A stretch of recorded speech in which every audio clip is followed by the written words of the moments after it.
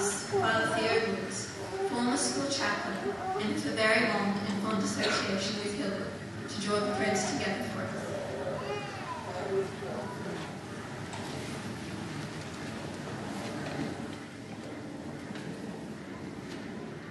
Very much. I'm told not to say lots of things, but I will say I'm very honoured. I will say it's lovely to see all the founders to whom we owe so much. And I will say to Mr. Newton, who took a terrible risk of sticking me up here, and I'll try and do exactly what I felt. I thought I've got to do two things. One is to wrap up all the wonderful things that have been said about the logo. The other thing is to say something about the motto. So I thought I'd be sitting here scribbling notes, and I did take some, but I'm not going to read them, you'll be glad to hear. What I thought I'd say about the logo is it's not cross battle axes, it's not three pigs' heads in a triangle, it's not slavering lions, it's not like my school logo, which was a bishop's mitre with a dagger on each side. And those things, you just don't want to go there. I don't remember once in the 5 years I was at that school, anyone ever mentioning our school logo. This logo is different because it's a work of art. It's not a sculpture, the different kinds of art, aren't they? It's not a sculpture, it's not an impressionist painting, it's not a woodcut. It's heraldic art, but it is art. It's not something you look at and you can say, put any meaning you like into it. That's not great art. Well, you know, I think it's this and which way up it's supposed to be, or that sort of stuff. This is great art because huge amounts of thought were put into it. And I remember John Lindsay, I think I must have asked him, and I said, wonderful logo. In fact, Larry Scaroni and I got this made years ago by two girls because we wanted to do the sort of things you've done today. It's a real honour that you're doing it today. Anyway, John Lindsay showed me a huge mass of drawings and sketches. It looked rather like, you know, Jan Hutson, who did the Sydney Opera House on the back of a table napkin or something, before he drew the, you know. And a lot of thought went into this logo. It is a real work of art. And the thought was put in by people who were deep thinkers with a passion to get something completely different started. And that's why you've just been listening to all these interesting things. And that's why I, as a Christian, see all 5 symbols as colossally powerful symbols of important things in my Christian faith. So that's what I'll say about the logo. It is a work of art, and the more you look at it, the more you can get out of it, because so much was put into it. I remember once talking to a year 11 student, we were looking at I was looking at his art in some display or other, and I mentioned things about his art. And he said, you know, Father Theo, one of the surprising things when you're an artist, like I would like to be an artist, is that people see all sorts of things in your work that you never saw yourself. Now, he said that to me many years ago, but I've always thought what a powerful thing that is. And that's why you see so much in this. It's a work of art into which enormous amounts of care and thought and inspiration are put.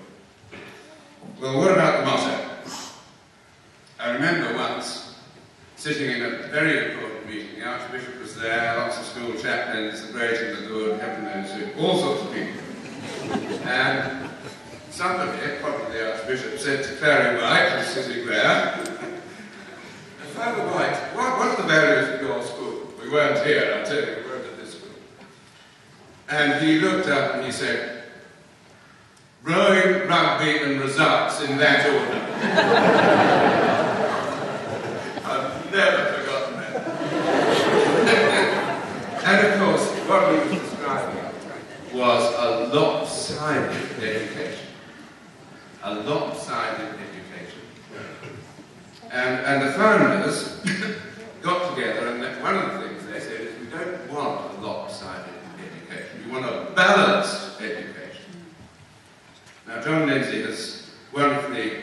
tease up the yin and the yang. Actually, it's worth looking up that.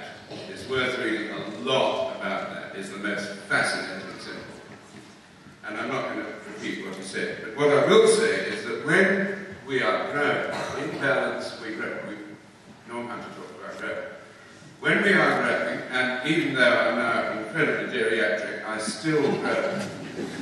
I'm still growing in all sorts of ways, not least in the skills of co-ethnic. When we are growing, we need to grow in balance, and that's what the founders saw was not true of too much education, and they wanted to change it. And what they were really saying is, when we want students to grow mentally, we want really good academic results, and we want them to grow physically. We don't want to be obsessed with physical growth, but we want them to grow physically. We want them to grow spiritually, they say. And that, of course, is a big no-no. Our culture has said we don't worry about spirituality for about 200 years. Perhaps that's why the founders decided to have a whole course called Personal and Spiritual Development. We want people to grow in interpersonal skills, they said. This is an important part of school life. There's all sorts of elements to growing, and we want to hold them in balance. And that, I think, is the truth of what has been attempted here, and why not only the logo itself, but also the motto are so deeply meaningful, and we can go on and on thinking about them and getting things out of them.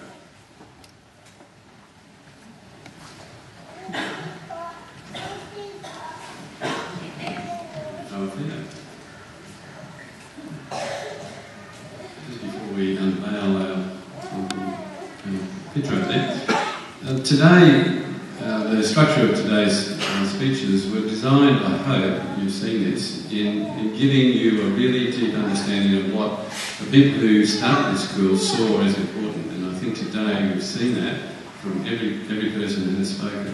So can we just put our hands together and thank them very much.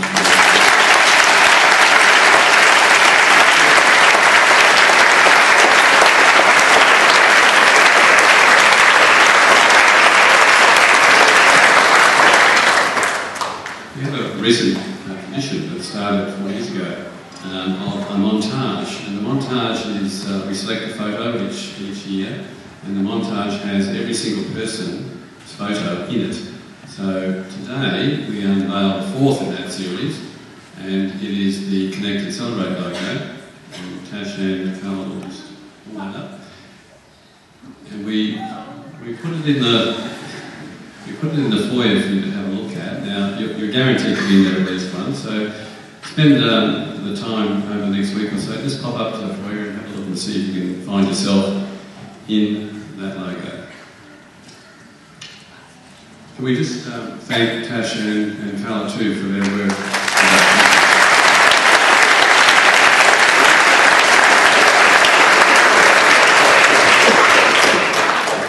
The montage signals a change of perspective in today's celebration. It's not just about the last 25 years, it's about now and about the future. And as a typical Hillbrook ceremony, we have a little bit of fun in our ceremonies, for those who are not sure about that. And we're about to have some of that. We haven't heard from the students yet, and we're about to. And I have to say, what's a birthday party without some presents? Now, you've got your little pin, which is beautiful, symbol of 25 years. And we're getting a cupcake, morning tea. Everybody gets a cupcake in school colours today. But we also have two other presents to present today, and they involve the students and a staff member. Now, the first of these is the world premiere. The world premiere of a song penned by two Year 12 students, Sam Irvine Casey and Tyne Marshall, where they attempt to capture the spirit of Hillbrook over the last 25 years. So, world premiere number one coming up. So, thank you, Sam. Thank you, Tyne. You're on.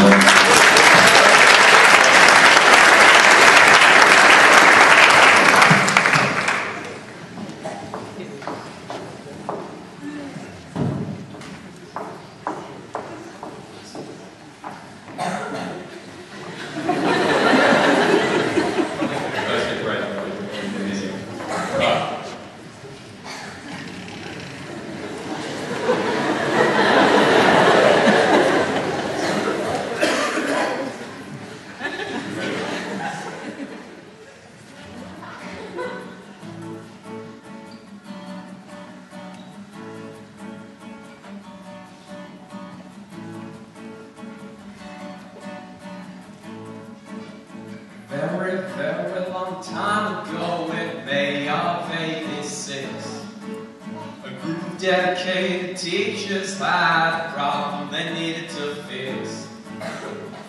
They were tired of those traditional schools and wanted something new, and the idea of something better came into view.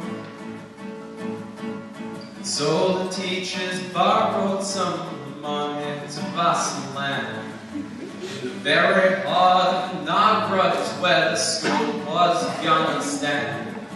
There was hilly ground all around, and on one side a flowing brook. So the teachers walked up a hill to have a look, and so they climbed on top of one of the hillsides, and they looked around right at the ground and saw the small brook flowing by, and someone cried, "We need to name this school tonight." Mr. Hunter said, "I'm rather fond of that creek beyond.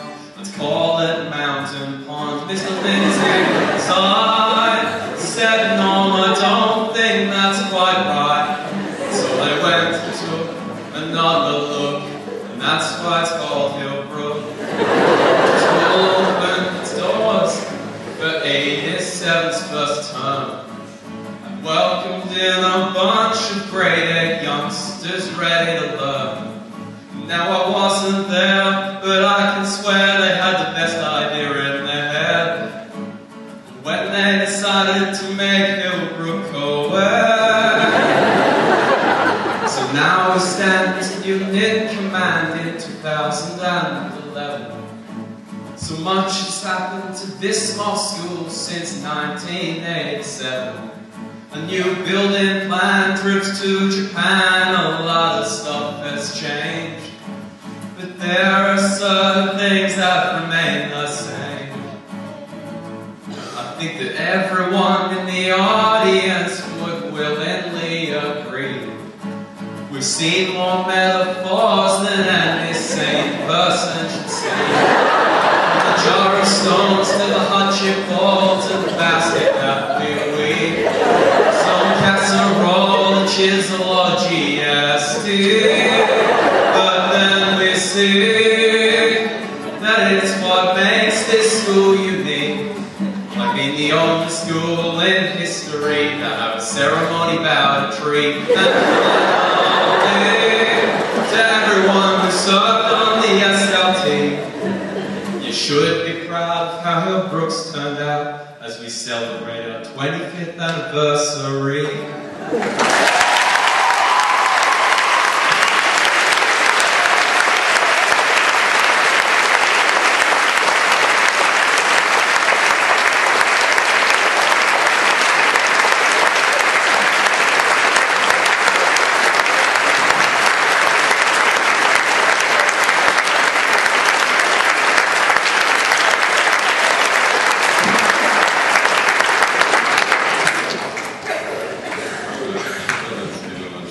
Well done, Lucas.